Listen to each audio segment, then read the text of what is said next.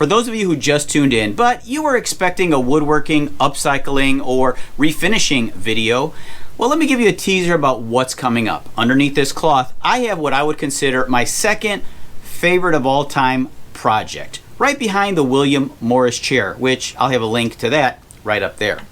So be sure to click that notification bell if you want to know exactly when this project video gets uploaded.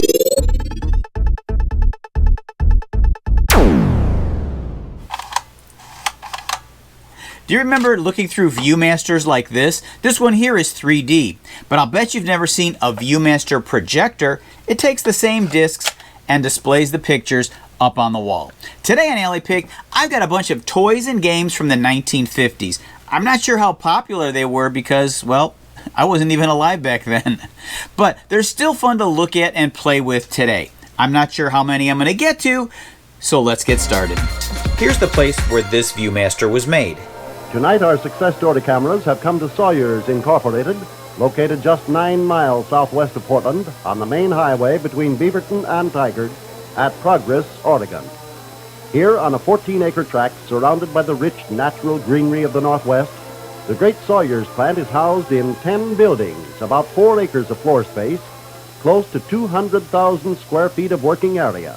This projector was then shipped to the Marshall Field Company in Chicago, where it sold for $9.95. Let's hook it up to see the exciting pictures it has to offer. I placed it 6 feet from the wall, and it displays a low-quality 10-inch by 12-inch picture. I think it just might be time to get the family together for some excitement. Is this machine before us here one that has been designed for a specific job here at Sawyer? Yes, this is built by our own engineers. This is a Viewmaster reel machine. And this drawer is our controls for all the various operations. Okay, I guess I'll have to put this away. I don't want to have too much fun in one day. This game is from the mid-1950s, Tumble Bug. It says here that it's a crazy game for all ages. And judging by the reaction on the faces of these children, we're in for an exciting time.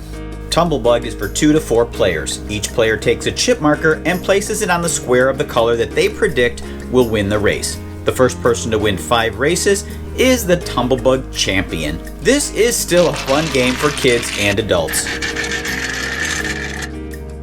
These little pill-shaped capsules contain a metal ball that rolls back and forth, allowing them to flip over as they head down the ramp. This here is the balloon inflato pump. Now, I didn't realize that balloons were that difficult to blow up and it required a special pump. It does come with 36 balloons inside. Those are not original. But let's see how it works. Simply insert the balloon inside the hole and pump.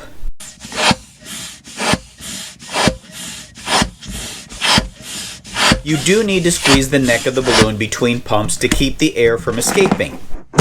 This is Casper the Friendly Ghost Game. It seems that in the 50s and earlier, there were a lot of games that were very simple. In fact, all they really had you do was either roll a dice or spin a spinner and move a piece or an object around the board and be the first one to finish. Well, that's pretty much this game, but let's open it up and take a look.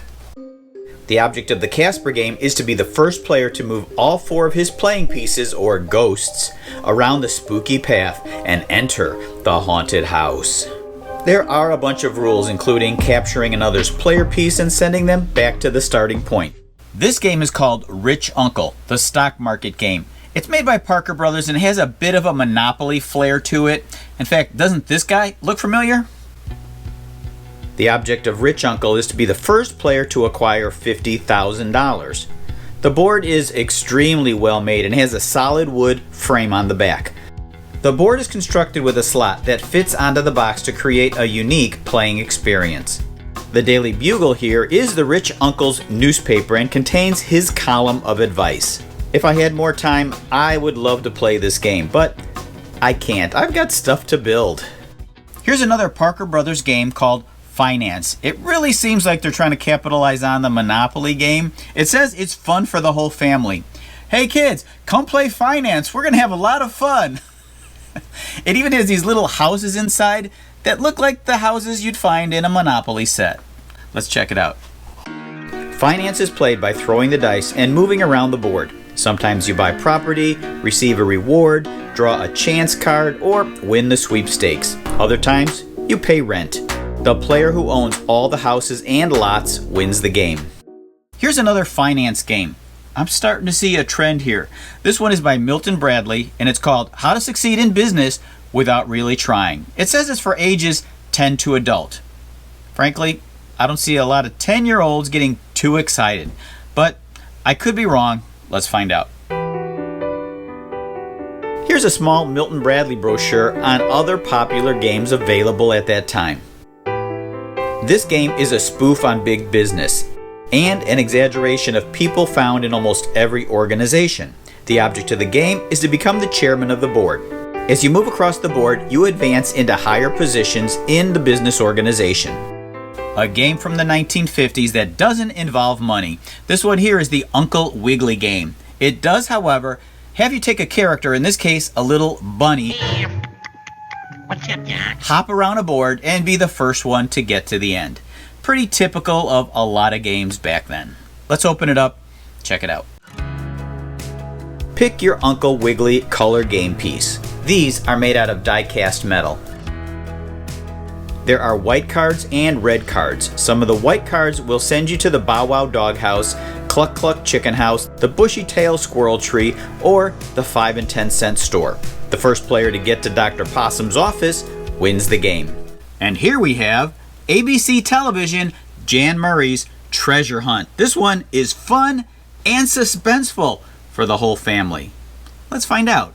The object of Treasure Hunt is to win the greatest total value of cash and prizes. You get money by answering quiz questions on these category cards. Like this riddle, what kind of ring is always square?